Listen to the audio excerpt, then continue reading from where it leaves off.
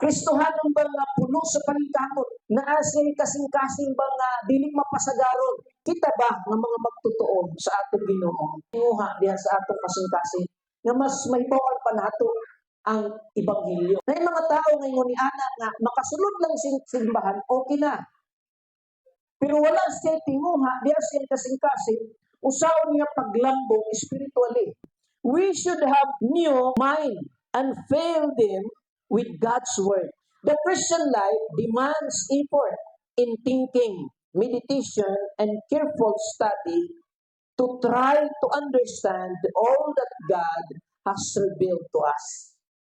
Ang Kristohanon kinahanglan, doon na tayo paningkamot, mamalandong, o magtuon pag-ayo sa pulong sa Ginoo aron atong masabtan ang mga butang gipadayag sa Dios nga gika nato. Dapat ang Kristohanon kanang dunag yun siya tinguha, pangadtoy diyan siya kasing-kasing nga dili lang igo mo sunod ang simbahan, dili lang igo mo maminaw, but kinahanglan diya siya kaugalingon, doon na siya personal nga kanang pagtuon, pagpamalandong, pag-ayo sa pulong sa Ginoo aron iyang masabtan ang mga butang nga gusto sa Ginoo diha sa iyang kinabuhi. Mao na mga kaigsunan nga ato makita din. Now, matod pa niya sa bersikulo 14, pag masinugtanon kamo sa Dios ug ayaw ninyo ipahiuyon ang inyong kinabuhi sa mga tinguha nga inyong gihuptan kaniadto sa wala pa kamo masayod sa kamatuoran. Magmasinugtanon kita sa Dios. So sa paagi, ingon siya, ug ayaw ninyo ipahiuyon ang inyong kinabuhi sa mga tinguha nga inyong gihuptan kaniadto sa wala pa kamo masayod sa kamatuoran. Karon nga nasayod na ta sa kamatuoran, kinahanglan nga mahimo tang masinugtanon sa Ginoo. Dili na ang muhari sa ato katong gihuptan natong kaniadtong wala pa ta nasayod sa kamatuoran. Buti pa sabot kung unsa kinabuhi nimo kaniadto, unsa kinabuhi nato kaniadto wala pa ta diha sa Ginoo. Karon nga nasayod na ta sa kamatuoran, kinahanglan ihikli na nato to ug magkinabuhi na ta diha sa kamatuoran. Verse 15, pag kinabuhi inuon kamo nga balaan, kay balaan man ang Dios nga nagtawag kaninyo.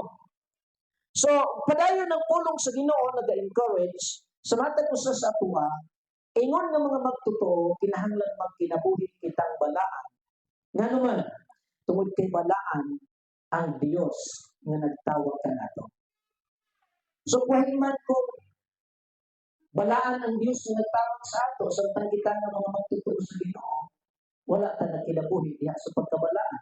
Dapat mo na ang atong mo na ang atong pangandoy, mo na ang atong tiyuha, nga pinaagi sa atong pagkinabuhi diha sa pagkabalaan, aron nga mapahimutan o malipay nato ang Ginoo diha sa atong mga kinabuhi.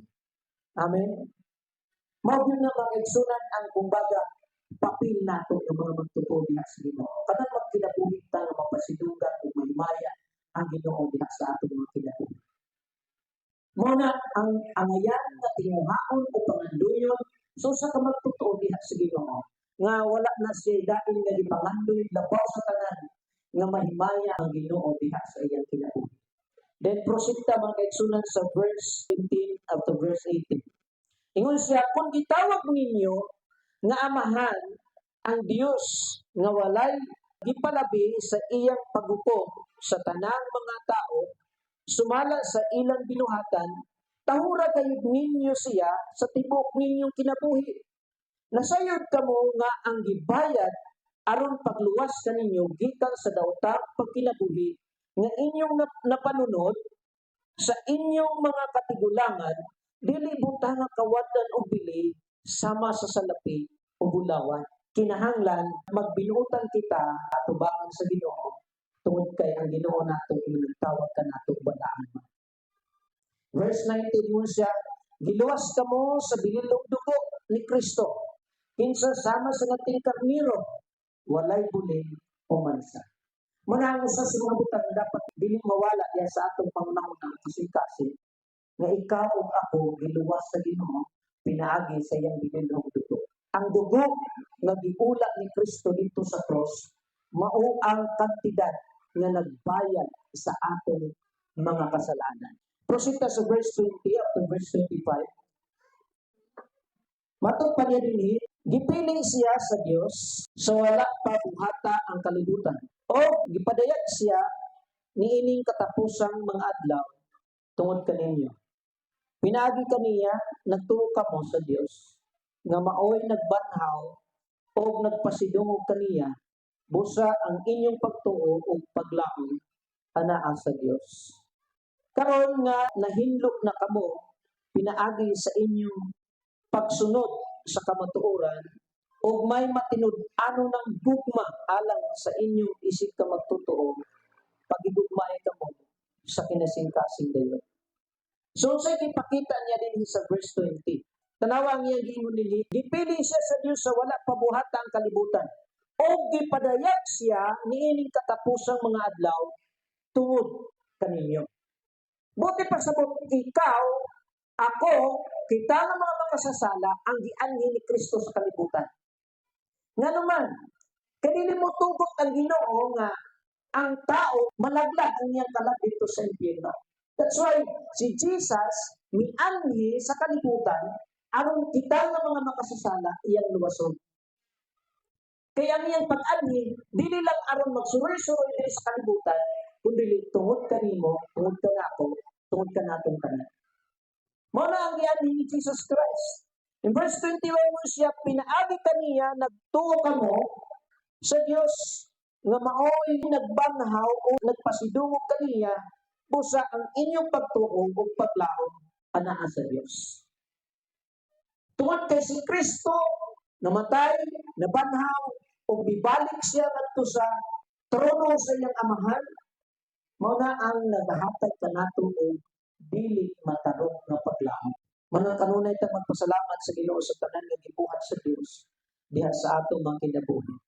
Verse 23 mo siya, kay kamo na tao pag-usab dili sa tawhanong paagi kundi pinaagi sa buhi ug walay katapusan nga pulong sa Dios.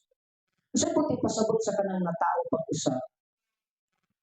Ang tao kinahanglan mahimugso diha sa bag-ong kinabuhi. Gipasabot niya dinhi dili sa tawhanon nga paagi. Ang tawhanon nga paagi kana bang mahimugso ang usa ka bata diha sa tagwangkan sa iyang ina. Mo na ang bukiyang gipasabot dinhi nga tawhanon nga paagi. Pero kini dili tawhanon nga paagi kundi pag-ut sa Dios. Matod pa dinhi sa bersikulo 23, kay kamo na tawo pag-usab dili sa tawhanong paagi kundi pinaagi sa buhi ug walay katapusan nga pulong sa Dios. Ang pulong sa Ginoo nga atong basahon, ang pulong sa Ginoo nga atong pamalandungan, mao kini ang mupakatawo sa atong pag-usab. Buti pasabot, pag doon kay kasing-kasing nga nangandoy, nagtinguha, kanunay nga mutuod, mamalandong sa pulong sa Ginoo, ang pulong sa Ginoo, mauna siya ang hinay-hinay pag-transform sa atong kinabuhi. Tanawa naman ka nang magbasa ka sa pulong sa Ginoo, doon natin mga butang itulo ang Ginoo sa buhay. Kanang maminaw ka, mamalandong ka sa pulong sa Ginoo, doon natin mga butang itudlo ang Ginoo sa buhay. Muna ang buti pasabot nga, mo-transform ang atong kinabuhi, matao tapag usab, pinaagi sa buhi o walay katapusan ng pulong sa Dios. Muna ang Kristohanon, mabag-o. Muna ang Kristohanon, mausap. Muna ang Kristohanon, mutubo. Nga naman, tungod kay ang pulong sa Ginoo, maoy mo pausap o mupabag-o sa iyang kinabuhi. Muna kung Kristohanon ta, dili ta nagatuon sa pulong sa Ginoo, wala kay tay panahon sa pagpamalandong sa pulong sa Ginoo, di kita mutubo mga kaigsunan. Nga naman, tungod kay ang pulong sa Ginoo mga kaigsunan, mao man ni ang mopalig-on, mopatubo sa atoa, mo-transform sa atong kinabuhi, unya mo taas ang atong kahibalo mahitungod sa Dios. Pinaagi sa iyang pulong. Manong kinahanglanon kining pulong sa Ginoo. And then verse 20 po siya, kay nag-ingon ang kasulatan, ang tanang mga tao sama sa sagbot o ang tanan nilang katahom sama sa bulak niini. Ang sagbot mamatay o malarag ang bulak niini. Apan ang pulong sa Dios magpabiling nahatod sa kahunturan. Mao kini ang maayong balita nga gisangyaw nga kanila. So kita ninyo mga kaigsunan ang kagamanan sa pulong sa Ginoo. Kining kalibutan nawala ni, tumpagod man ni, tunawon man ni pag-abot sa mga adlaw. Pero mga kaigsunan, ang pulong sa Ginoo magapabilin gayon sa walay katapusan. Ingon siya, observe the only way we can be holy and purified. Ang buktong ragyod ko no nga paagi nga kita mahimong balaan o mahimong matarong. It is by obeying God's truth revealed in the Bible. Muna itong akong ginud kaganina, nga ang Kristohanon mo tubo, mulambong ang iyang kahibalo, diha sa Ginoo, pinaagi lamang yun sa pulong sa Ginoo. Muna nga akong mga pagdasig sa atua, kung makadungog ka sa pagtudlo sa pulong sa Ginoo, tagayang panahon, pamanando, o kung mahimo, magtuon ka personal sa imong kaugalingon sa pulong sa Ginoo. Kay pinaagi niya na, mutubo ka, mutubo ta, mutubo ang mga Kristohan. Dugang pahimong siya rin, the result of this purification is sincere love. Pag nagtuon ka sa pulong sa Ginoo, siyempre, mahimo kang magkinabuhi diya sa pagkabalaan. Din ang resulta niya na, putlion ka sa Ginoo, once nga naputli ka sa Ginoo, pinaagi siya mga pulong, ang resulta ni ana diha sa atong kinabuhi, sincere nga gugma. Sincere nga gugma diha sa pag-alagad sa Ginoo. Sincere nga gugma sa pagsimba diha sa Ginoo. Din sincere nga pagigugma sa imong sig ka magtotoo sa imong sig katao. Mo na ang natural nga resulta pag nahimpita sa pulong sa Ginoo tungod kay kanunay ta pamalandong, tungod kay kanunay ta nagtuon sa mga pulong. If there is no love in our hearts for God's people, we may be sure that we have no real purification. Kung wala po no tayo gugma sa atong isig katao, na paniguro nato diha sa atong kaugalingon, wala gyud ta naputli. Kung salap ta do pagkasulti, wag gyud ta itubo diha sa atong Kristohanon nga kinabuhi. Dugang pa niya din mga kaigsunan, no salvation, wala gyud kaluwasan nga makaplagan so sa katao kung wala pa gyud siya nakabaton og tinuod nga pagtuo. Kaya ang tinuod nga pagtuo mohatag ka natong kadasig sa pagtuo sa pulong sa Ginoo. Samtang nagtuon ta sa pulong sa Ginoo, nitubo ang atong kahibalo mahitungod sa mga butang langit mo. Unya dugang pa niya din siya, see here the kind of love believers should have for one another. Kung tanaw na to, unsang klase sa gugma, kining gitawag ni sincere, fervent, pure. Sincero nga kasing-kasing. Dili mapungan o kanang tawag na to nga pure. Pure nga kasing-kasing. Pure nga pagigugma. Dili piki ba? Kanang dili tigpakaron ninyo. Kasi kining tao mga kaigsunan, kargado og kanang tigpakaron ninyo ba? Nagatubang mo karon, nagsulti mo, maayo siya sa imo. Pero pagtalikod, i-chismis ka. Ang tinuod nga magtotoo, dili na ang attitude. Kung na kayo boss imong si katao, prangkahanin mo. Kaya dili ka gusto nga imo siyang i-chismis to sa gawas.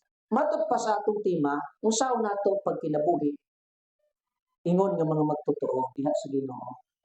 Ikinahanglan nato makaigsunan nga kanang makapunta sa insakto nga pagkinabuhi ingon nga mga magtotoo diha sa Ginoo.